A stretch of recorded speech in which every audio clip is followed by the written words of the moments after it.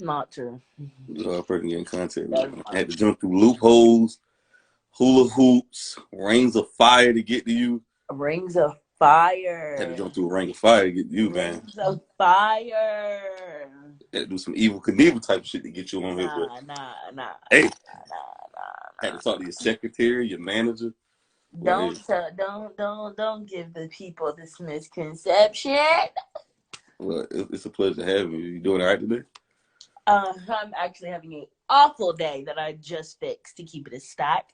Um, yeah, no, I got pulled over and learned that my license was suspended all over a uh seatbelt violation, but it's okay.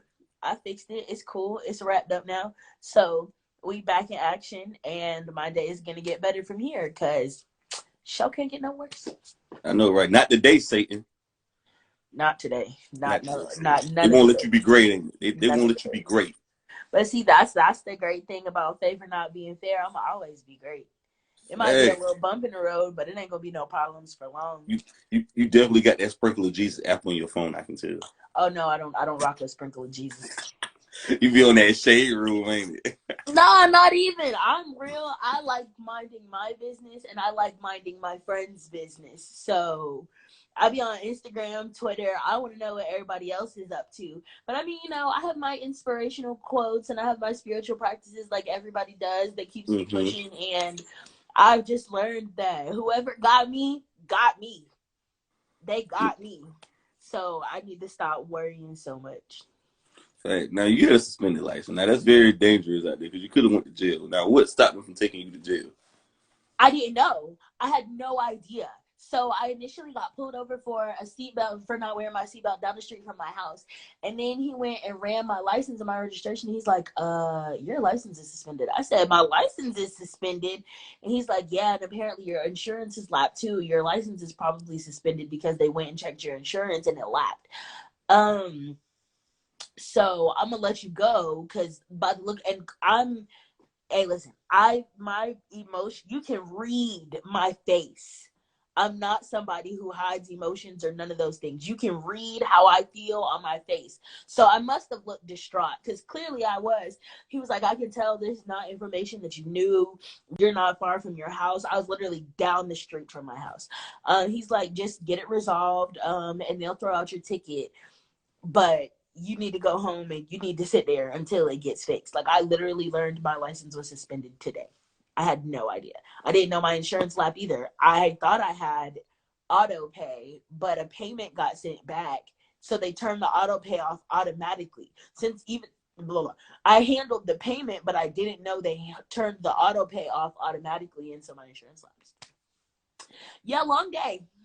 Long Hey, it day. be like that sometimes, Jason. It's just life. Life throw you curveball and monkey wrenches. When they Yeah. give you lemonade, you gotta make lemon out of that shit. Lemon, you And gotta that's make what I've lemonade. learned. Just kind of roll with the punches. I definitely, had my little side moment, but it's figured out now. So it is what it is, and it be what it be. Facts. Now, how you got the name Chasing Sparks? So my name is Chasen. Um, and then Sparks. I'm a smoker. You feel me? Um, I personally prefer smoking over any other I won't say pain medication, but for other medications, I prefer smoking. And so I spark my lighter. Like when I write, I'm typically probably inebriated in some capacity. I won't say incapacitated because I can always function, but I'm inebriated in some capacity. So I chose Sparks because of my lighter. Um, and then as I was talking to my friend about it and I told them my name, they were like, "Oh, you do be lighting people's lives up." And I said, "Oh, that's such a really cute way to spin that. That's not where it came from, but I see how you got there. So I can rock with it." Now, that's dope. That's dope. Tell everybody where you born and raised. Hmm? Tell everybody where you born and raised. So I was born in Meade County, Kentucky, super backfield baby. I was raised in Charleston, South Carolina, and now I am in Greensboro, North Carolina. Now, I don't hear that Geechee accent, though. You must be in North Carolina for a while. I have been in North Carolina for a while, but my mama is also from Kentucky. And my dad's side of the family is from Charleston. So it's like I have a little bit of both. You can hear the Geechee when I'm drunk or when I'm mad. then I can't really. But when I'm talking in my normal tone, I sound pretty neutral and maybe a little country. That Gullah, I call it Gullah down there in Charleston. It's Geechee. Gullah, It's Geechee. Geechee. Yeah, man. Yeah. Y'all talk real crazy down there in Charleston, man. I love Charleston people though, man. It's just you That gotta hate. know how to understand it. It makes sense if it makes sense. I understand y'all though, man. Especially when y'all be real passionate. Sometimes I don't understand, but I just be listening. Like, okay, right, Right. If you listen intently enough, you'll catch on. facts, When people be like, facts. "Oh, I don't understand Geechee," you not listening, Shawty. That's all it is. You're not listening, and can't nobody do nothing about that but you. Now, what part of Charleston? Like Moncks Corner, North Charleston, what? Uh, between Mount Pleasant and North Charleston. I know Charleston is the hood down there now. That'd be the trenches. Y'all always want to call it North the trenches, man. By Ashley Phosphate Road. Not the fade. Shout out to Ashley Phosphate. Shout out Dorchester Road. Shout out Rivers Avenue. Shout out Otreno. Hey man, niggas get it how they live, and I ain't mad at it. Trapping out the red roof. Yeah, I know about that. It is what it is, and it be what it be. You feel me? Right. Facts. So where you get all this confidence from? This huge ego, like I be watching your Instagram page a lot, following your shit. Like, well, where that ego come from? That bravado. Where's that self confidence come from? I didn't have a choice. So in school, I was hold on. Let me because people are asking me to see this live, so let me send it.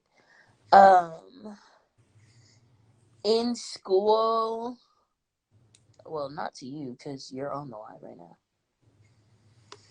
In school, I was heavily picked on. You feel me? Like all fat kids know, walking into anywhere with a whole lot of weight on your body mean you gonna get picked on. That's the name of the game. That's how it go. That's how it get down. So for a long time, I was really tormented for my size, and then I moved around a lot, so I didn't. It took me a second to really like build friends and like build friendship. And so I would come home crying every day because the kids are picking on me. But my parents have always been my lifeline. Like my parents have always been the people to be like, hey, listen, little nigga, you can do whatever you want. I don't care what it is. I don't care how it's shaped. You feel me? You can do whatever you want. And if anybody tell you no, tell them come talk to us and it'll get handled. And that's what it was. So even when I was getting picked on, even when I was getting dogged out, I got refilled. I got poured back into at home every day, all the time. Like my family was always trying to remind me who I am. And then one day I woke up like, bro, y'all are just not going to give me hell no more. Y'all are not going to give me hell no more. That's it. That's all. And that's it. You're not going to bitch me. You're not going to hoe me. And you're not going to treat me like you deserve more of a chance on this planet than I do because of how you look. Nah, fuck that. Nah, fuck you. I'm going to do what I want. And I started doing what I want. And people were coming up to me like, hey, bro, you're hard. Like you really walk around like you could do whatever you want. Yes, I do because I can. And you can too. It's no shots at nobody else. It's no shots at anyone else. It's everybody deserves to walk around the planet like they own it. Because you do. You have the right to be whoever you want in this world and on this planet. And I started moving like that. And I started getting love for it. I was so terrified that people were going to be on my neck and on my head for just being happy and being myself. And everybody's like, wait, no, I love you. And I appreciate you for standing on your own 10 toes and telling the world that this is who you are and this is how you're going to be. Because I was scared to do that. And I needed to see somebody do it to believe that I could do it too. And that's all that matters. That's all that's important to me. It's too many people that then came up to me like, you've changed my life for me to ever believe that I should have anything other than an ego the size of my head. Forever. Always. Wow, that's dope right there. It's very right. That's dope right there, man. So what age you felt like that ego just kind of just that seed just planted in you, that ego? I Like what mean, age? About 16, when everybody kind of starts smelling themselves like, oh wait, I'm kind of fly, like I'm kind of cute, like I'm kind of my own person, like I'm not just my parents' kid anymore, so and so's big sister. I'm me, I'm my own. And so I started to find my own. But when I came to North Carolina Agricultural and Technical State University, Aggie Pride, baby, and I started walking around that campus, it went to a whole nother level. I was turned up in a whole different capacity. So you basically just pull your dick out. Yep. Yeah. Mm-hmm. How it felt though, just pull your dick out and It shit. was scary. It was very scary. I'm not gonna lie, especially at a place like A&T where everybody's beautiful. Like I'd never been around so many Black people at one time until I went to my HBCU, and at first it really threw me. I was really terrified. Like, oh my God, what? How am I supposed to be special in this sea of Black people? And then the Black people around me are like, baby, you're special because you're in this sea of Black people. Aggie Pride is nationwide and international. Because you are an Aggie, you are that much more special. And I was like, okay, so I can really do what I want. And it's like, you can really do what you want. And I did. That's lit. Do a lot of people get it confused with cockiness? Yes and no. The reason that I say no is because a lot of people think fat girls aren't supposed to be confident. So when they see me just, walking around living my life, it's like, oh my God, I love you. You're so great. Like, I think you're so amazing. But on the other hand, there are some people who see me walking around living my life that are like, you fat bitch, why you don't hate yourself? And I'm like, because I don't. Why you gotta call yourself fat though, man? Like, what's Because I don't think that fat is a bad word. Fat has always been a descriptor. Fat has always been a description. Fat has always been a thing that describes a thing. And I think that people took it and used it in a derogatory manner when it's actually a very neutral word. Like, words mean things. And that's how I feel. So I am fat. I have excessive fat on my body. I have fat cheeks. I have fat hands. I have a fat face. Like, none of that is not true. And I'm still fly, and I'm still beautiful, and I am still whoever I want to be with the fat on my body. I've never been a fan of other terms because you just trying to dress up a word that didn't need to be dressed up. People should actually just stop trying to use it as an insult when everybody has fat on their body. Unless you are 0% muscle fat, you have fat on your body. You are fat. You have a level of fatness to you. And people are scared of that. And that ain't got nothing to do with me. I'm not scared of it. now? Do you feel like now, since you're growing up, you popping, you came out of your shell, coming to your womanhood? Do you feel like you got a lot to prove? Yes, kind of. See, and this is what I'm talking about. Like this person in the comments right now. But the comments. But that's what I think that answers your question. I do have a lot to prove because these little raggedy ass niggas that don't do nothing but type behind this keyboard could never outspit me.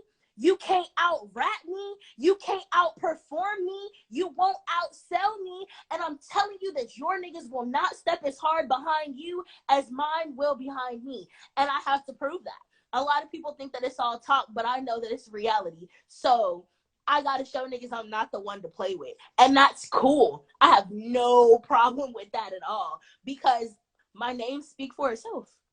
My presence speaks for itself. And it's gonna keep speaking for itself. That's all it is. Ain't nobody justifying nothing. I'm just as fat as your mama is. I love her, bro. I love you, bro. I love you a lot, bro. Exactly. On beat. I love you a lot. Play with somebody else. Right. It's facts. It's facts. Big facts. Did it also kind of make you, like, what the word is, insecure about yourself, though, hearing these jokes? Because I was teased. Everybody got teased, but I got teased, too. I always feel like out here. Did it make you insecure as an adult, and some of that stuff carry you with your adulthood? I mean, it definitely, things from childhood definitely do, because things that are said to you in your formative years, you hold on to. You feel me? Like, there's some things you don't forget. because of when they were said to you and like the environment around that. And so there are definitely some things that I'm working through from childhood that I've never fully gotten over, I'll say. But as an adult, I realize if you have to come at me for the way that I'm living my life, it means you ain't got enough business. Why do you have enough time to be down my throat and on my neck and on my back when you should be running your world the way that it is? How do you have enough time in the day to throw hell on anybody else if you are pouring into your life and your success and your business? You shouldn't. Showing love is easy. It's quick. You had to sit there and think about why you dislike me. I'm not built like that. And I don't understand how these niggas are built like that either. Like, everybody, it's so easy to show love. It's so easy to give a compliment. It's so easy to also mind your business too. You ain't gotta say nothing. You don't have to like what everybody's doing, but you also don't have to negatively comment on the way that they're living their life. So when somebody comes at me about something that has nothing to do with them, that just means you're bored, baby. You ain't got enough business, and I'm booked and busy. So, You know, a lot of people too broke to pay attention though. yeah, I mean, they are. And again, like I said, that ain't got nothing to do with me. Ain't a bag been stopped yet. I'm living perfectly fine, clearly not missing a meal. So do what you do and be how you be. But me, as for me and my house, we show love. And when you show love, you get love. And that's exactly how I operate the world. And it's proven to be a successful strategy. Hey man, you definitely some motivation for me. Like if I need some motivation, you definitely the person I go to on your feet. Because I'm glad. you was a goddamn character in the nutshell, goddamn. I be trying Uh, to tell people like it's just so easy it's so easy to show love and mind your business.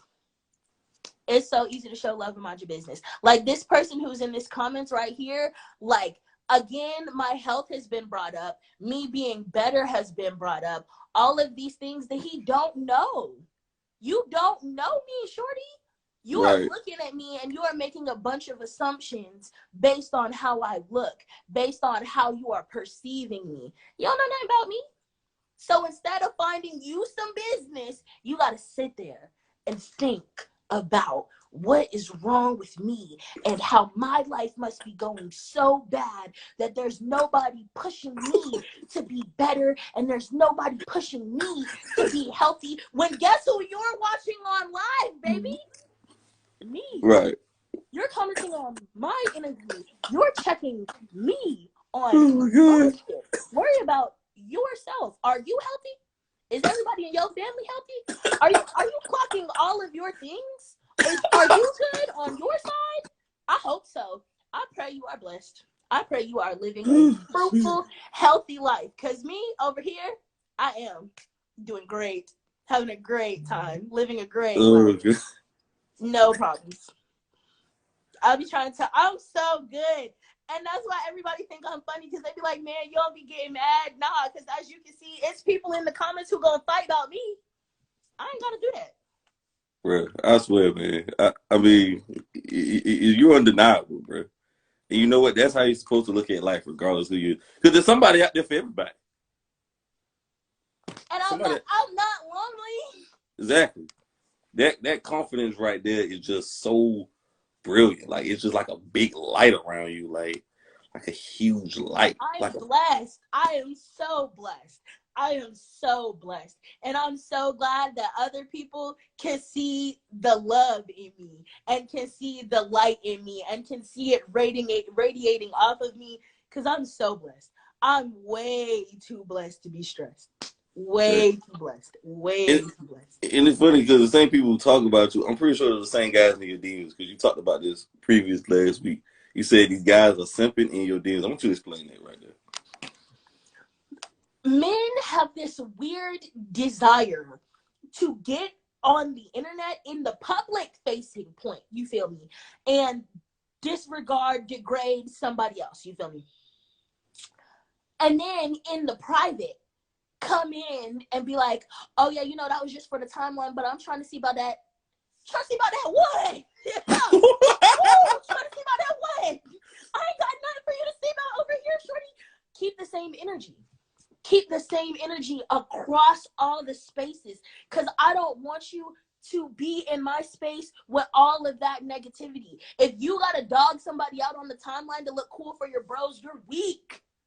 You're weak. We supposed to be grown, and you checking for another grown man or a grown person to see how they feel about what you saying. Why are you worried about what another adult feels like is going on in your life?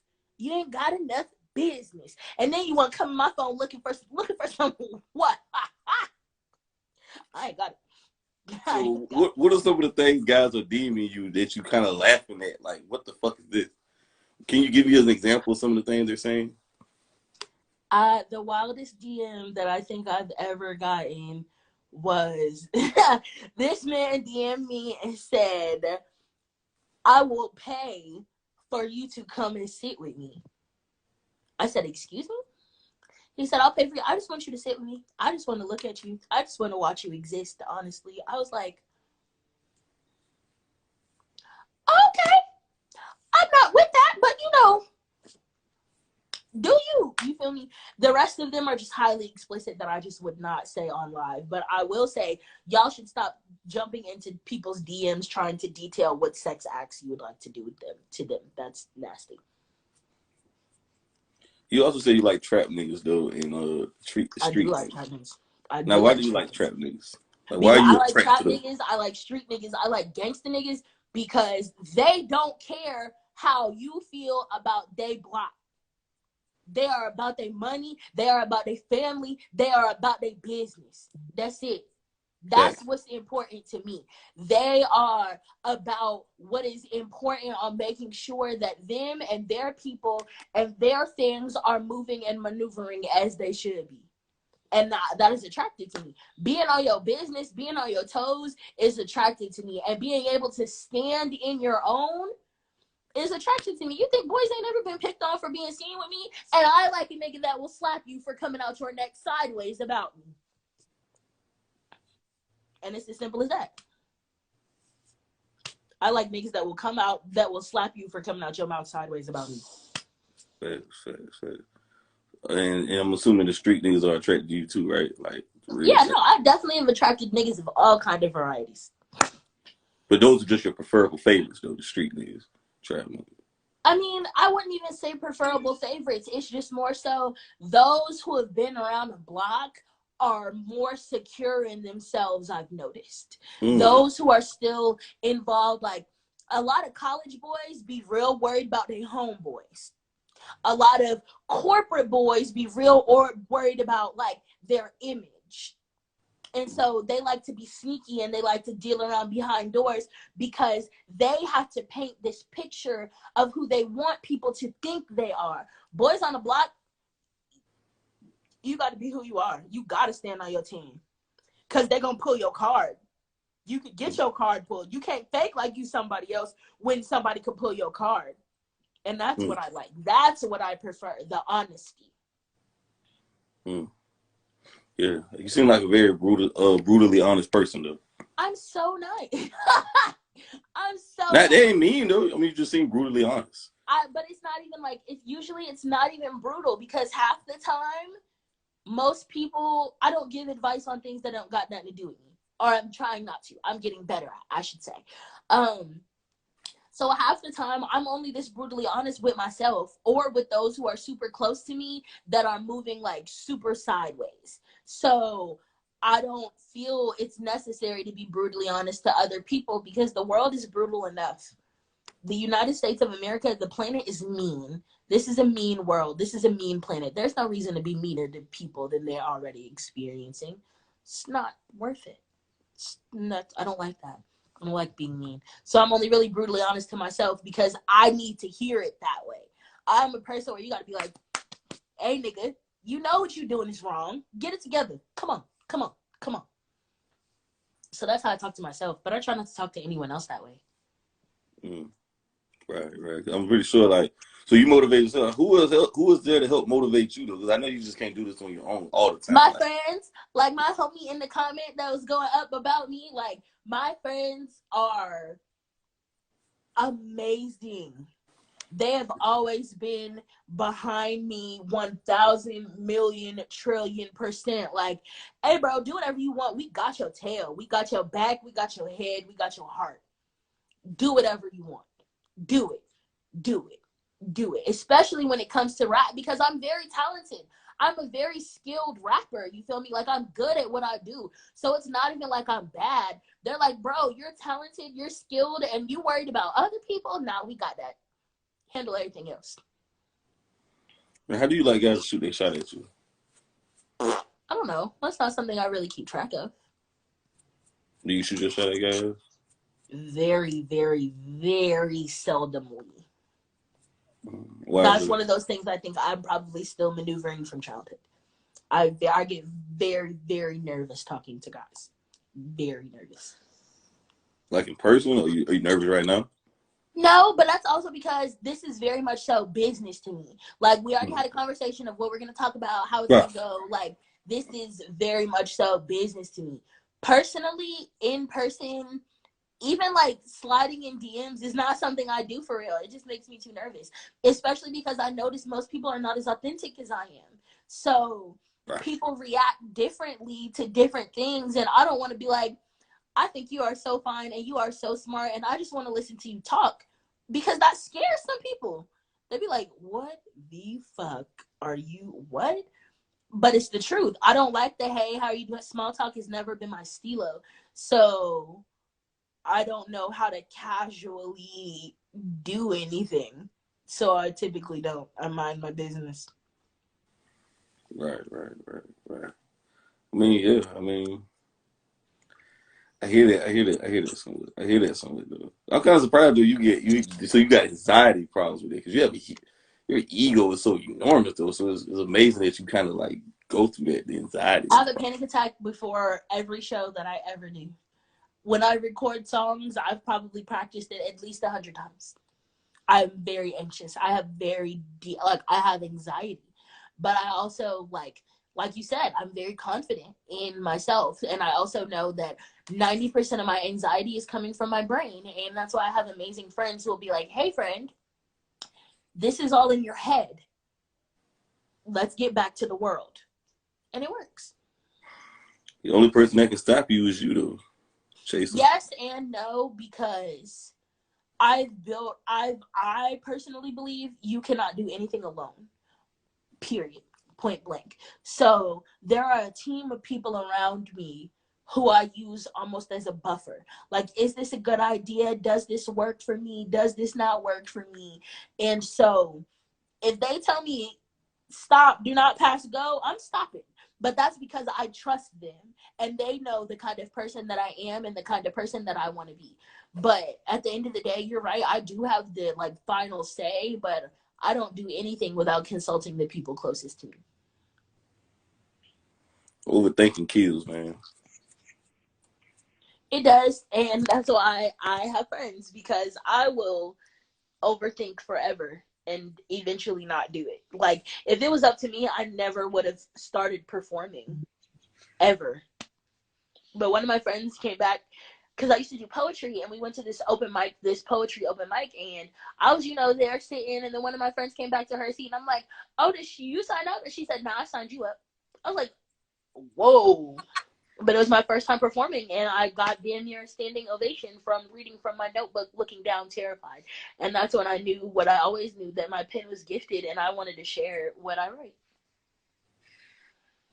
You try to get therapy, like for suffering from I anxiety. have a Like, therapist. is it resourceful? Is it useful? Very much so. That's how my confidence continues to grow, and that's why I've released 2 mixtapes and will be shooting a music video at this point. That's dope. That's dope.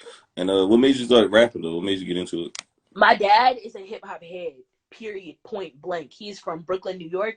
He do not play about Jay-Z, Nas, Fabulous. None of he's a big hip hop head. So I've always loved rap and hip hop.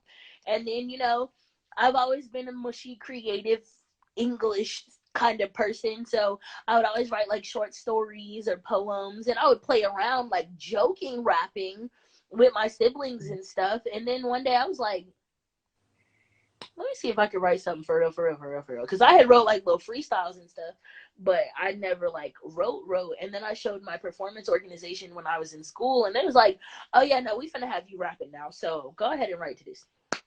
And it just took off from there. Right, right, right. And you remember the first time I was going to the studio? The first time I would say I technically went to the studio was actually in my house. My friend already had recording equipment, and he brought it to my living room, and we recorded in my living room a song that is no longer on streaming platforms because it is rough. But it's called Choosy. We recorded it in my living room in I want to say late 2017, early 2018. How old you was then? I might have just turned 21. Okay, okay. Yeah. And you was writing poetry for how long? Oh, I've been writing poetry all my life, Mm. forever. I'm published, Basically. actually. I've had a couple of poems published. Oh, really? Which ones? They're all from grade school. I don't remember any of them, but I had like I want to say three actually poems published in high school. They were published in books. That's dope. That's dope. You got paid for that? No, it was more so like a hey, we read your poem online somewhere and we want to feature it in our book. Is that okay? I got paid to sell like do you know what Wattpad is? I don't know what that is. It's essentially like a writing app where you can go up there and like write stories and stuff. And so I was super into fan art when I was in high school. So I wrote a story about Trey Melvin, Mm-hmm. the YouTuber. And when I was in, I think my freshman or sophomore year of college, I got a call that somebody from a big like an online TV station read the story and they wanted to buy it and they wanted to pick it up because they wanted to turn it into a miniseries. And I sold it for about $1,000. Yeah, and they used it. I think they made like 2 or 3 episodes out of it. That was pretty cool. Wow, that's dope right there. hmm And you was how old again? At that time, like 19, 20. Oh, wow. You got $1,000? Okay, that ain't too bad. Right? Yeah. No, I was so excited. I called my mama like, "Girl, guess what just happened?" That's very interesting. That's interesting right there. Uh, and what artists were you listening to growing up? You know. Between my parents, it would be Jay-Z, Beanie Siegel, Nas, DMX. My mom is a Mary J. Blige fan, a Beyonce fan, a Jill Scott fan, a Salt and Pepper fan because she liked rap too. But then on my own, I loved Nicki Minaj. Nicki Minaj was such an influence on me. Definitely Beyonce was such an influence on me. Um, some smaller black singers, one named Auburn, Priscilla Renee, um, they were all very influential on me. And then as I got older, it became like always Nicki, Trina. I started getting into Lil Kim, like all the female rap my daddy didn't want me to listen to as a whippersnapper. I started finding as I got older, and that's what I was interested in. So it's always been heavily rap based. Yeah, I like a couple pop music here and there. I love R&B music. Brandy, beautiful. But I'm a music head in general, for real. I just feel like Nicki Minaj's verse on Monster is probably one of the greatest verses she ever spit in her life. It was the most impactful thing for me. I had never seen in my lifetime a woman get on a male dominated song in a Hmm. male dominated industry and eat Right. everybody on the song. I How do won't you say have she a beat better everybody. verse than the song of the person who sung it? Like, what? No, I ain't gonna go that far. Say she had a better verse than Ye. I think her verse was better than Hove. That's kind of debatable, but I still feel like Ye had the best verse. But I her verse don't, was only good though. She because out rapped Ye. She out rapped Jay. she definitely out rapped Jay. She definitely out rapped Rick Ross. The reason that I believe that she Well, Rick out Ross ain't rapped had a verse. That was like a bridge. whatever. The reason that I think that she out rapped Kanye West is because of the flow switches. The way that Nicki Minaj maneuvers flow should be like taught in a class. Um, because of the flow, and then also like she was the newcomer, like she was the underdog of that song, and the reason most people play Monster now is for Nicki Minaj's verse. The impact has gone far longer than everybody else's. If you talk about Kanye's best verses, Monster is not going to be named, but it's going to be named It's for one of his. Nicki's. It's a sleeper. I think Kanye's had harder. I think Kanye's had better verses, but I But also think that Kanye is like that was not a Kanye-esque song. Like I that song think hard as fuck. I was listening to it the other day. That shit hard as no, fuck. it is hard, but I think Mercy was better. No, Mercy was no. better Devil from in the New Kanye. Dress is probably one of the greatest, one of his top 5 verses of all time. Say that song. Devil, Say it again. Devil in the New Dress. Oh yeah, Fucking I amazing. could agree with that. I could agree with that. And you did an album called mixtape called Chasing EP. Why that cover? What you talking about? My tape that just dropped? Yeah, In Chasing January? tape, the EP. Cause man, everybody be like, when I first became a rapper, they're like, so what's your image gonna be? How are you gonna I'm gonna be glamorous, I'm gonna be fat, and I'm gonna be hard. And so the cover is actually a painting of a picture that I had taken. And it was my nails on my stomach because my nails matched my jacket at the time. And I was like, I just feel like this really embodies the real icy rap girl look that I'm going for right now. And so I was like, yeah, let me get it digitally painted. Shout out Debbie Quills, and made it the cover. And then you did a song called Sad, but you got it, abbreviated. S with the dot, SAD. Why you did So that? SAD, the abbreviation for SAD is Abbreviated. seasonal. I want to say it's seasonal something disorder. I'm forgetting what the A is, but it's a it's short for seasonal depression.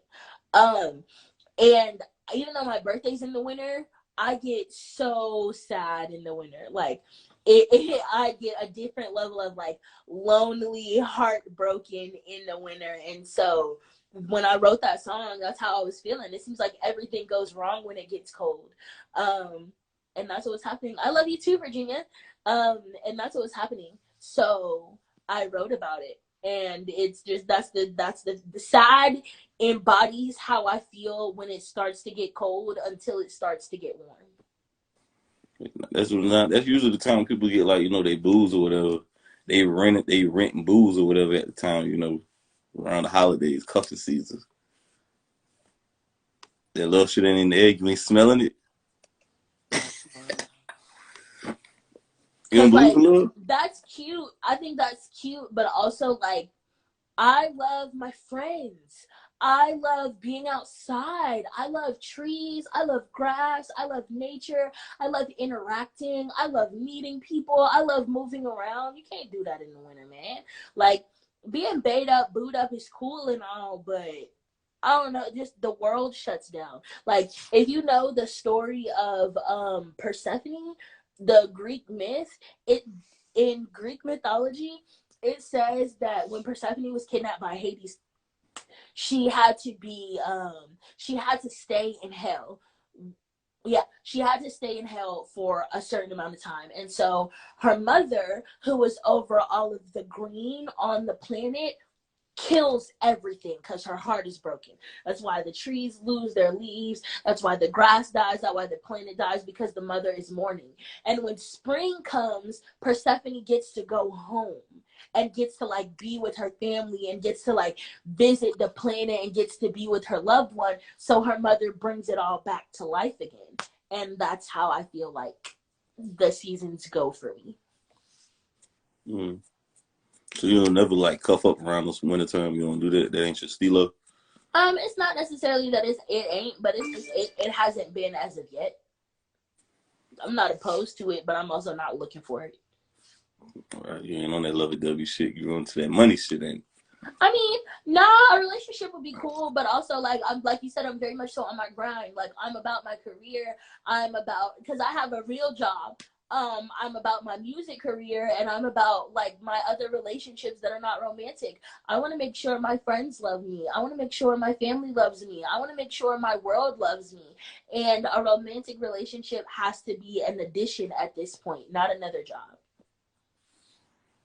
Right, right, right, right. You want somebody that can add to the table type shit. Exactly. Right. What you add to the table? I am who I am. Anybody that knows me will tell you I handle my own. Like, I handle all of my things. I don't need help. Like, I've been able to sustain my life because of the way that I've created and curated it with the people involved. Like, I don't want anybody to take that as that means I do everything myself by myself, and that's the reason. Not at all. My community and my family keeps me afloat, and so I have built a life where I'm not looking for no handout. Excuse me. I'm not looking for a handout. I'm not looking for a sponsor, even though that would be great. Um, I am me, and I bring myself, and I think everybody's self is enough as long as you are holding your own. You got to be holding your own. Like, if you don't have your own house together, you being yourself ain't enough. But as long as you have your own priorities together, you are enough, and I am enough. I bring me. Hmm. Very interesting. Ain't nothing wrong with that. Nothing wrong with having a manager. Right? I mean, not even just a manager. Like, I want a partner. I want somebody who's down to A, ride with me because I'm crazy. B, is also down to like joke and laugh and giggle. Can I bring you around my friends? Can I bring you around my family? Can I involve you in like my musical life? Like, can our worlds mesh and it go well? So I don't Match really made need in a heaven. manager. I want like a partner in crime. Partner in crime. Bonnie and Clyde. Yeah. Offset and Cardi.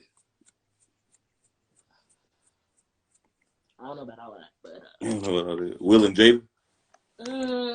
I still Will and Jada. I haven't. I don't all the way know how I feel about their relationship yet. Facts, facts, facts. What's some of your toxic traits? Toxic traits. I think I know everything. I am a know-it-all. Very bad. Very bad. I Mm. don't like to be wrong. I don't like to be wrong. Sometimes I hope I'm wrong. But that's also why I don't like to be wrong. I'm a very stark optimist.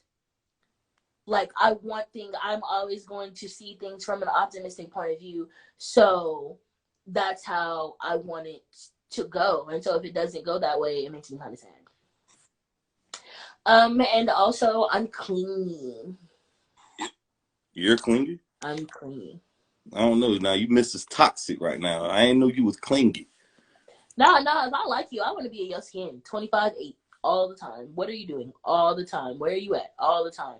Not because I want to control you, nor is it because I think that I'm entitled to every second of your time. But if we are romantically involved, that means I find you so interesting. I think your life is so interesting. I think your thought process is so interesting. So I want to know about it. I want to know what's happening. I want to know what's going on. I want to tag along. I want to be there. You blowing them up. You blowing But up that's their phone. also why I don't like. That's also why I don't like romantic relationships, because I have a lot of feelings. I feel very big. I can't just be dropping all my feelings on somebody who don't like me.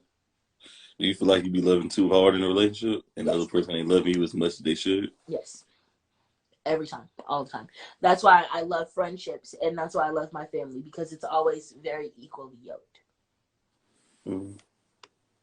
But it's kind of like that. Females like guys who don't love them as much as they do, but they don't really care for guys who love them. They feel like No, more than they do. I disagree with that. I think a lot of women, I think a lot of people confuse like liking you too much with you're annoying. You thirsty. You're thirsty. And I don't think being attracted to somebody is thirsty. I don't think selling somebody you're attracted to them is thirsty. I don't think giving compliments, any of those things are thirsty. I think it's thirsty when like we're not partners. It feels like you worship me. That's Mm. uncomfortable. I'm uncomfortable. I don't feel like I can be myself around you. I feel like you're treating me like a deity, and I'm not God. I want to be your friend. I want to be a homie. I want to be a lover. I want to be a partner.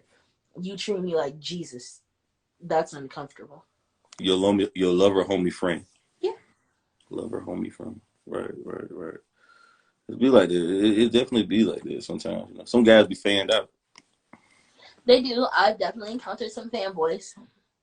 I How won't do make the that mistake fanboys? again. How do the fanboys react to you? Though? What are they? What are they saying? They don't think I can rap because most of them, they become fanboys. So like when we first start talking, they be like, "Oh, what are your hobbies? Oh, I make music. Oh, what kind of music do you make? I rap. You a rapper? Let me hear some of your stuff." Then they hear it and go, "Oh my god, you're really good." And I'm like, "Yeah, thank you." Blah blah. I'm still trying to, be, chasing the human being. And then it's, "What's up, Sparx?" all the time. Hey, oh, you at the studio? I'm at the dog park. What you working on now? Nothing. I've already finished my single. Like, you don't even, if we were actually really friends, you would know what point I'm at in my music journey right now, which means I'm not recording all the time. Like, they just be fans. They want to be stans. They want to be a stan who is having sex with me, and I don't want that. So they don't really want to know you as the person deep What down. did I was listening to this song? It's called "Real Hood Baby" by Hood Baby Tay. Um, he say, "Can't fuck on none of these thought hoes that's gonna be happy that I fucked him." And I feel that's exactly how I feel. Like, if you're gonna go celebrate, run and tell your homeboys that you bagged me. Yeah, that's very, very, very, very, very, very disrespectful right there. Like trying to treat you like a piece of meat type shit. Not even just like a piece of meat, but more so like, you know how people cry when they get an autograph from their fave? That's how you're treating having sex with me. And I feel like sex is something that's very intimate, and it's something that's very personal. And if I connected with you on that level and you went and treated it like I just signed your t-shirt, that's weird. You mean to tell me you had guys that went to their homeboys? I just fucked Jason.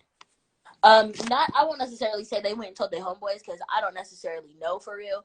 But I do know that they'll come back like, "Oh my god, I just can't believe that we." Why you can't believe it? Why is it so shocking? Like, why? Stop treating me like that. Like, I'm so regular. Please treat me regular, please. Like, why we can't be cool? Like, why it just it's nobody likes being put on a pedestal they didn't ask for. Nah, that's why a lot of these stars go fucking flat out crazy and shit and get on drugs. You can't take all this spotlight. They can't take this shit. Right? Like, you treat me like God, and I'm not God. I'm not God. I'm not God. Please don't regard me as such. Only person that think they got is Kanye West. Jesus. Yeah, no, me and Kanye West have a complicated relationship. Yeah, I love Yeah, his music and I hate him. yeah. Fell off the bandwagon. Pray for Ye. Pray for Ye. Yeah. Yeah, that definitely can be like that. Do you feel like being real? Do you feel like being real, being authentic is kind of like going out of style right now? It's been out of style. It's been gone.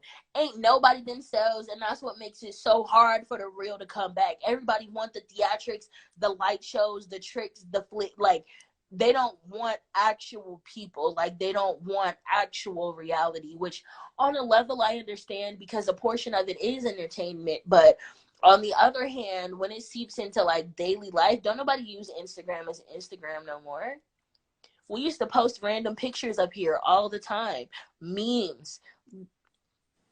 Now you got to have like a theme for your feed. It's just not right. Nobody wants life anymore. Nobody wants authenticity anymore. And I think it's hard, but it also like it helps the people who come around your authenticity. That's how you know they're genuine. That's how you know it's real. It ain't no faking that because people who come to you for the real are staying for the real. So like, pros and cons. I kind of feel like a lot of people just so in love with their phones and shit. Like they just worship social media. They take that shit to heart. A lot of people wouldn't even be important without social media. A lot of people ain't important, but they just feel And I like think social media put them on this pedestal. and that makes me so mad because social media is such a way that I built my confidence. It's a way that I built a lot of my community. The problem is people put their validation in the app and in the profiles, not recognizing that there are people behind the profiles. There is a world outside of the app. What is important to them be the app and the profiles and the likes and the followers themselves, and not the actual human beings and the world that social media can connect you to. They stay too surface level when it could be so much bigger and beautiful than that. It definitely is. A lot of people seek so much validation, man. It's like they just seek shit off an app. They From the can't do wrong nothing for places. them. A lot of people don't recognize, like, bro, you probably need friends. You need somebody to say, hey, actually, I do appreciate your thought process. I do like the way that you think. We do have similarities, and you are worth it, and you are deserving, and you are of value. And they don't have that. So they seek validation from social media. And that's very bittersweet because A, I'm glad it helps build people's confidence, but also B, when it's gone, it's like world shattering. And You that's think a lot of people will probably be losing their minds if Instagram shut down, but social media was like broke or some shit? I'm one of those people Why? because the way that the world works now, so much of especially what I want to do, like music, is curated around social media and social media presence and social media following. If all of that gets wiped, the work that I did to get to where I am, a lot of it's gone. And that's just the truth. So it's like I definitely would freak out if Instagram and social media is gone, only because the playing field is different. Things have drastically changed. Social media has drastically changed the way that the world works. Absolutely, though. It kind of did change everything. Do you feel like it's also a dating app, basically, though? I mean, like, kind of like, I don't know. That's one thing that I wish people got outside for more. But I also understand why people don't, especially as a plus size woman. Dating it's easier behind a screen to keep it a band with you. You don't have to show all of your flaws or faults or quirks or things that you're not thinking about when you're online. But then it makes you that much more apprehensive to meet in person because you ain't never met them before. You don't have to fully be yourself. Like you're not used to being yourself. So when you have to, it scares you. Like it's scary. And it's like a pro and a con because for some people, that's the first time that they've like found relationship because social media can connect you, like I said, to the world outside of here. But then they get so comfortable behind a screen, they don't want to meet the person or like be who they are. They feel better in their on-screen persona, and that's sad. Right. It definitely put on the facade. A lot of people don't understand, though. Like, do you feel like they should take the comments? I heard us before that they were trying to take the comments away because, you know, a lot of people be saying disrespectful stuff. Do you Mhm. feel like they should do that? Take away the comments? I Comment. don't know, honestly, because at one point I want to be like, no, free speech, let people say what they want. But then on the other hand, it's like I've gotten some very, very nasty comments in my time, unprovoked. Like I don't do nothing to nobody. All I be trying to do is mind my business and motivate other people. And I've gotten some very nasty comments for just existing. Like And what? I don't think that somebody so my I did a oh, I like you too, Sugar. Hey. I did a challenge to Megan Thee Stallion's body when her tape first dropped. I did a remix and it baby went viral. And so somebody reposted my video on their Instagram. Um, and people were just cracking jokes about my size, about the way that my hair looked, about the way that my shirt fit, about the way that I was recording out of the car, about the background that I was using, about my face, about my features, just nasty, just being nasty about me for no reason, unprovoked. I didn't even know I got posted on the page, and then I go through and I got a lot of love. You feel me? I'm not gonna flex like it was all hate comments because that's simply not true. And I got a lot of very nasty comments. It just always come with life, but you're gonna get some good, you're gonna get some bad. Somebody I gonna mean, fuck like, with you. yes, but also there are some people who make it their sole mission to be on social media to make other people's lives hell. Like that trolling stuff, I'm not a fan. I don't understand it. I don't like it. Why is your purpose to get on here and to spread negativity? That's gross. You're bored. Yeah, a lot of people ain't got no life, you know what I'm saying? They just wake up, start trouble, start chaos. They just want a reaction. A lot of people do shit for a reaction, so to get a reaction. Right. So that's a huge part as well with doing it. And then I heard they was trying to take the lights away. Like they was trying to see like you could like somebody's picture, but you couldn't see the lights. Only the person could. You think that's Right. good? And like yes and no, because it's like what's the point of Instagram then? Like I think they're trying to turn social media, like they're trying to reverse the monster that they've created, but it's too late for that now. It's too Mm, late because if you take away likes and comments, what is the point of Instagram? Instagram is no longer just a feed sharing app anymore.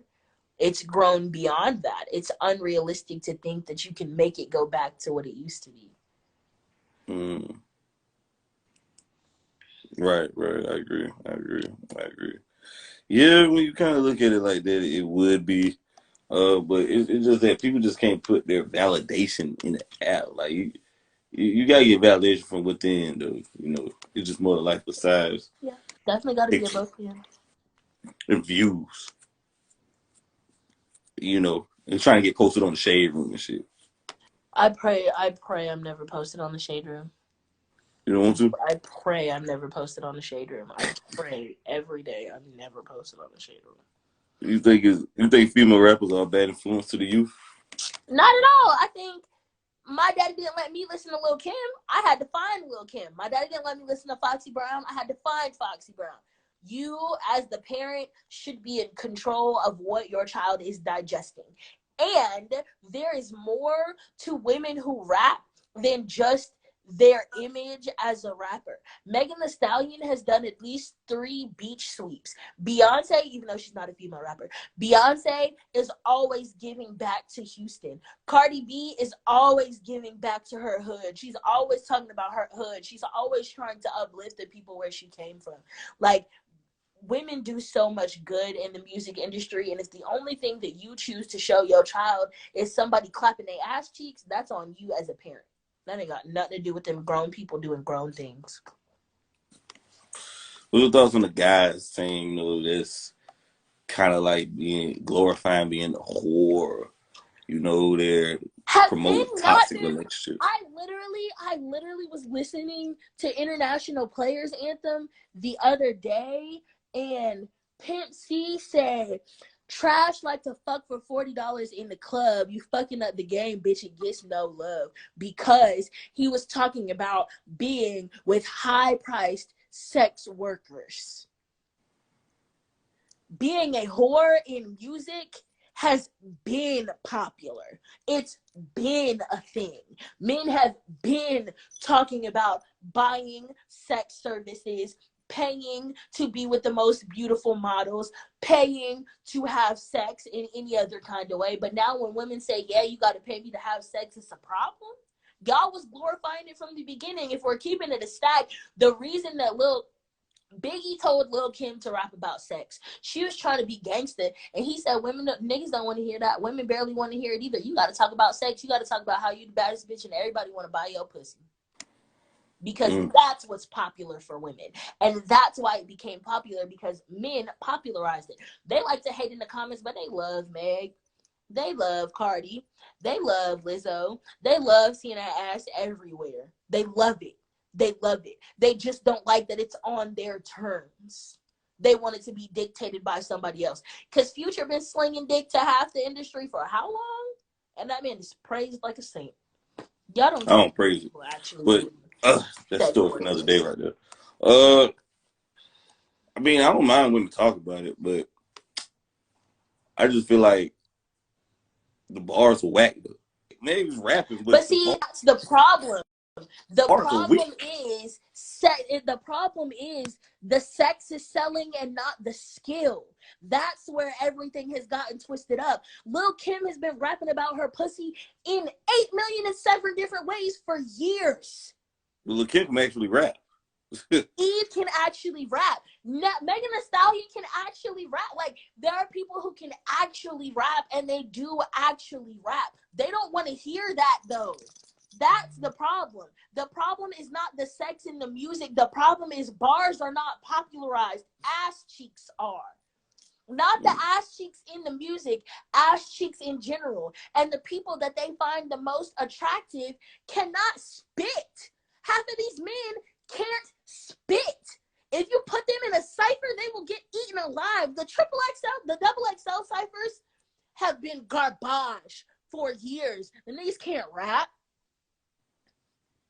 The niggas can't rap. Popularize people who can rap. Make rap great again. Rap. You actually gotta rap. Ain't nobody getting on Funk Flex doing freestyles no more. Don't nobody want to step to no microphone. They don't want to be heard without something that's already been prepared by somebody else because they can't rap. But that's not their fault. It is the fault of the industry, and it is the fault of the consumer, because everybody is interested in the tricks and the lights and the glimmer and the glam and not the skill. Rapping is a skill and a talent that has to be studied and practiced and executed. And don't nobody take it seriously no more. Yeah. And that's the problem. I mean, a lot of those freestyle ain't really freestyles. They already wrote. It's already a song, and they just memorizing it. But yeah, I feel like a lot of people. It's pretty much a talent show now instead of. No, not a talent show. It's a popularity contest, right? Instead of a talent show now. You know what I'm saying? I agree with that. It's all about who the most popular in the room, who the most hot at the time though. But I had people tell me that. They'd be like, "Oh, I've seen your videos, but I never really clicked them, and now I did, and I see that you can really rap, and you didn't click my videos because I wasn't half naked in it, or I'm not your type." That's it. That's all, and that's it. People are not interested in skill anymore, and that's what needs to be said. Don't nobody want to hear nobody who can actually rap no more. They're not interested in it. They don't want it. Yeah, somebody got to bring the bars there. I mean, I love bars and all, but I feel like nowadays it's all about making good music. It's all about making melodies, What happened to both? That's what makes me so mad. What happened to both? What happened to both? What happened to both? You could do both. Our idols were making great music and spitting at the same time. Yeah. Both of them can happen at the same time, but people think you have to swap one for the other because they're not interested in good music. They're interested in catchy music. Because half the time the music that's popular is not even actually good. The beat go dumb, and that's all that folks care about. That Spot 'Em Got 'Em song is fucking terrible. Goddamn, that shit whack as motherfucker. Yeah, I've never even actually listened to the whole song. That song whack as fuck. But the beat is hard. Do you blame? And I heard TikTok. Would you blame TikTok for some of this whack ass shit? No. Because people was whack before TikTok, and I think it's weak that not you specifically, but all these adults is trying to blame TikTok for the trend in terrible music. Y'all been promoting terrible music. Y'all been promoting people who cannot rap, but that's also the way of the industry too. Corporations are not interested in skill. They're interested in who's gonna sell the easiest and the farthest, and y'all just making it easy. Right. But they also know it's a business and they know what sells. They're gonna go with more sales. And it's all about the problem. Most people be in it for the business and not the love, not the talent, not the skill, not the hip hop. Hip hop is a culture. It's an art. It is a deeply rooted beautifulness that stems from a place that everybody trying to put a price tag on. And that's what they care about, the price tag, how it's gonna sell, and not the actual culture that is hip hop, and it ruined it. Oh yeah. It definitely ruined it, man. It definitely ruined it, man. But I still love it though. I mean, I love it for what it is, I feel like every era had whack ass artists. Agreed. Every era had whack artists. The 90s, there was whack ass artists. Yep. 80s, 90s, every era, early 2000s, every era got those artists. But I just want people to call their names out. I feel like they ain't calling their names out. Yeah, no, they don't be calling names, but also at the same time, they don't wanna. People be so interested in the popularity. Half of them know that they rappers can't rap. Half of them know that they face can't rap, but they've built a level of popularity that they don't want to let go of. So they're not going to G-check nobody. Everybody got yes men surrounding them. That's why half these kids is getting sick, and half these kids is running around maneuvering the way that they are instead of actually building their wellness inside, because people just want to eat off their clout. That's it. That's all. How many of these young rappers are on the track saying, I drink lean because I am depressed and want to die? And niggas is going, oh, that's hard. Make another song like that. What? Nah. That's But insane. NBA YoungBoy has gotten on the internet multiple times and said, I'm lost. I don't know where I'm going. My spirit is fucked up. And niggas is like, yeah, bro, but when you dropping? That's ridiculous. That's crazy. that's And then crazy. we wonder why there's no humanity left in the music industry. Y'all don't treat people like humans. I mean, if you're trying to get morals from social media, you're not gonna get it from social media. Not even just social media. It's grown bigger than social media at this point. Like the way that we talk about, even like I'm an organizer, right? I do a lot of community work. The way that people discuss people that have been murdered by the police, like it's like people gossip, is astronomical. We just do not regard people as human anymore. We regard them as subjects to be discussed. And that's the whole root of the problem. On and off social media, there's no humanity left for humanity. People don't actually regard people as human beings. And then they wonder why everybody hates themselves and each other. Y'all don't treat people like they're people.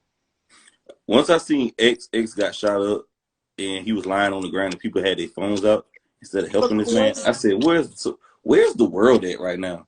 Ain't nobody offered to throw him in the back of the car at Russian shop. They got this out. That's all they're concerned about. Recording on live. What are you doing? Pictures. The Like man the fact is that dying. Kobe's death got leaked is just grand. And that's what I was saying on social media when it came out. Everybody was like, oh my God, why would they do that? Y'all do it. You do it now. When somebody's getting beat up, the first thing you do is pull out your phone. When somebody's getting made fun of, the first thing you do is pull out your phone. Whenever anything y'all think is going to go viral because people like toxicity is happening, you're going to pull out your phone. Why do you think that they took pictures of the crash site? Why do you think they leaked who it was? A, because it's money. B, because it's just something to talk about. They not seeing them people as human. Imagine finding out that your husband died while you scrolling on Twitter. That's traumatizing. And they don't care. There's no consideration for nobody else. Elijah McClain, who was murdered, his mom asked people to stop putting his name in their usernames and bios on Twitter because it triggers her. They said, we're doing it for accountability, visibility, and that's your problem. You want to be seen, you want to be retweeted, you want to be liked, and you can't respect the wishes of the people who are actually impacted by this in real life. If his mother is saying, no, actually, we have the visibility and things are moving in the way that we need them to, please don't do this to me, and you're going, oh, but? It don't even matter what come after that. You don't see this woman as a human being who is mourning her child. And that's the root of the problem. Yeah, that's terrible. It's terrible. It's just amazing to me, man, what people do for likes and comments nowadays, man. People would die for a selfie. I hear people die all the time for a fucking selfie. To have to take a picture. And it's sad. The world is so big. I don't know what's gotten into people, though, man. I just feel like people are just so dehumanized and detached from reality sometimes because they're living off a phone. Yeah. Then you posted on your story, you say guys be talking like porn stars and shit. What you mean by that? Like I said, I get a lot of very explicit DMs that I would not say out loud because why? I actually don't know why. I have no idea. But if you've ever seen a wild porn title, it's probably been in my DMs. I'm not gonna lie to you. Do you block these people after they send something like this, or I don't even open a message. I don't even want you to know that I seen it. I want you to think that I never even seen it and it never even got opened. I don't even want to fuel your fire like that with that acknowledgement. So I typically just delete them. I don't open them at all. Wow. I have somebody who DMs me every 3 days. Is it annoying? I'm used to it at this point. It was at first, and I was like, dang, but Now I'm like, oh, there goes blah blah blah. Glad to see you still kicking. Mm. And it's the same thing every day. No, it's different things sometimes. A lot of times they'll be like, hey, hey, hi, hey, hey, hi. And then sometimes it'll be something outlandishly ridiculously sexual. And it doesn't get acknowledged like anything else doesn't get acknowledged. And then they revert back to, hey, hey, hi, hey, hey. Because I always say online, like, if you talk to me like you're trying to get some, I'm gonna treat you like trash. So you have to talk to me like a human. Thanks, honey. I just took my sewing out. You feel me? This my fresh head. New growth fro. Right, right, right. Yeah, man. So how many DMs you get on the average, basically, like on a daily? It varies.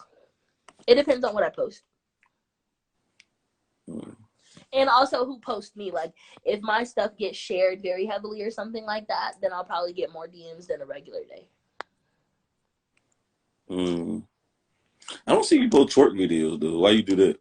Why you don't do that? I don't have an You ass. huh? I don't have an ass. Mm. If I But had that's a when big ghetto butt like I wanted, maybe. But I just don't feel like that's the thing that I should do because I'm not built like that. Not the way that I want to be. So, no. are you part of the LGBT community? I am very gay. To you bisexual. I mean, yeah, I guess. I mean, when did you like girls? I've always known.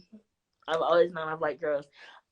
I like, I would say, I realized that I like men more than women, but I've always known that I was attracted to women.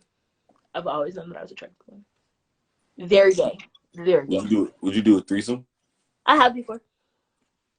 What was that like? I would. I couldn't hear you. I couldn't hear you. I wouldn't do it again. And why wouldn't you? Because straight people threesomes are typically a boyfriend and a girlfriend trying to add a spice into their relationship, and so it's all centered on the man or it's all centered on the girl that they brought in. It's not equally yoked across the board. Oh man, okay.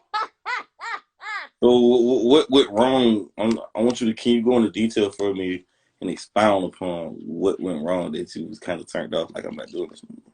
It essentially was like we was taking turns instead of everybody was involved with each other, and I don't like that. So you rather for everybody to be involved or take turns? Everybody to be involved, because if we're taking turns, that means you're doing it so he could watch, or you're doing it so she could watch, and you don't actually want to do it. Like, it feels like live porn. I don't want to do that. So why were you involved though? It was more so like, it would be, instead of everybody doing everything together and trying to make it a group effort, it was like, okay, this person is doing this with this person, and this person is watching, and then this person is doing this with this person, and then this the person. It was too broke off. Like, you can tell, A, Shorty is not really interested in vagina for real. She did this for her man. And then B, the man is not really, ooh, excuse me. The man is not really interested in, Scooby, stop, actually having sex with both of the women at the same time. He just want to watch the women have sex with each other and then him have sex with both of the women individually. And I don't want that. Well, you sure you want to throw that away? You might want to pick it up and find somebody else I to mean, do it that might with. have, if it happened again, it happened, but I'm not, I'm cool on it as of right You just now. not you're just not so adamant about it. I wasn't really adamant about it before I was invited. But I was like, this is just not something that I experienced before. So yeah, sure, I'll try it.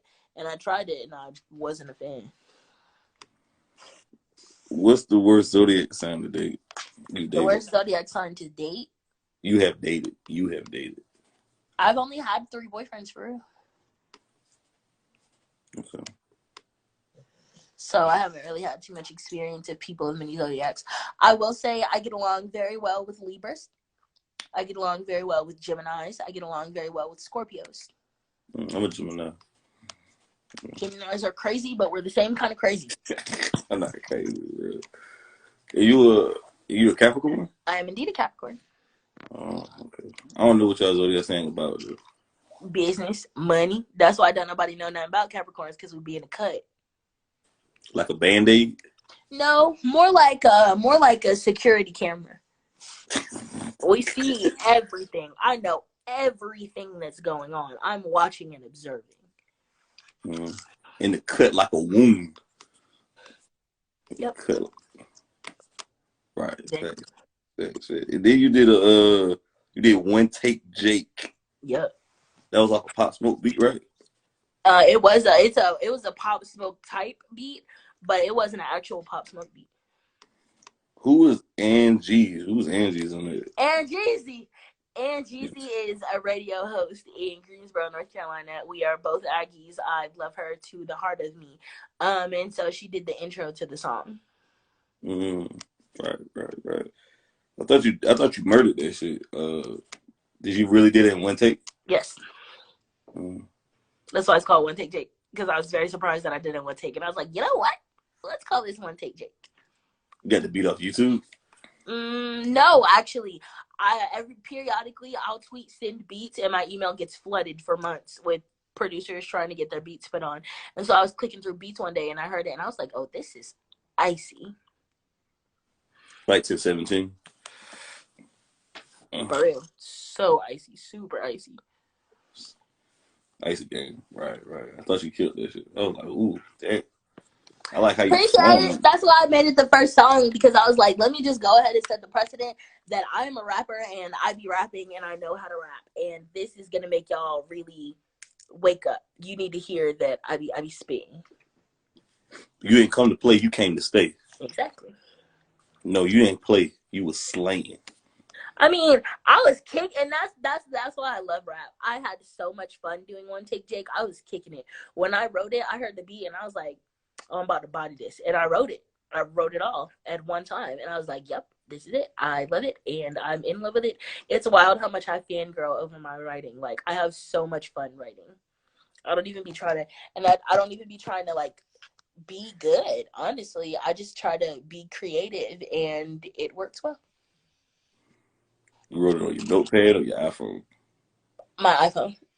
I typically write in my notes app because I'm not a person who could be like, okay, let me sit down and write. It's gonna come to me when it comes to me. And what you got a degree in? You say you go to college. I don't have a degree. I will hopefully be graduating from North Carolina A&T State University with a degree in maternal health. So, what's your GPA like? Oh, I'm not in school right now. I'll be back in the spring. Okay. Yeah, man. Yeah, that was a dope song, man. That's probably my favorite off there. And I only heard two, but I think that's probably one of my favorites so far. And then you did Run It Up. You did Run It. You said if you want to talk, you gotta have that cash out. What that mean? Explain it. I feel like when it comes to music, a lot of people think that I'm supposed to move one way, and if you're not ready to drop a deposit, I don't want to talk. And the wildest part is I don't even charge. I don't like charging. But when people come at me sideways, like I'm supposed to do something, I'm supposed to act a certain kind of way, or I'm supposed to be a certain kind of, did you pay me? No? Oh, we ain't got nothing to discuss. But if you come at me respectfully, super kind, I don't charge for features. I'm very nice. I'm very open. I'm very willing to work with everybody because I think music is creative and you need creatives to be creative. But if you come at me sideways, then it's raps. Facts. Yeah, man. People definitely need to be respectful, man. I feel like people just so disrespectful. They are, but I mean, that's the way of the world. I'm used to it at this point. Right. How many features have you done so far? I have at least 5. Blue, relax. I have at least 5 in the vault right now. They haven't been released yet. Why you named it Alarm Clock Season? Did I ask you that already? What are you talking about? Your mixtape Alarm Clock Season. Why you named it that? Because it was time for people to wake up. They were sleeping on you? Yep. You feel like you woke them up? Kind of, sort of, but this summer will definitely be like, I feel like I dropped alarm clock season and got low because my life got a little hectic, but now I'm back and I'm ready. You in good spirits right now? Yeah, Hey you man, know, me and my doggies living life. listen man, that shit tough right there. That shit tough right there.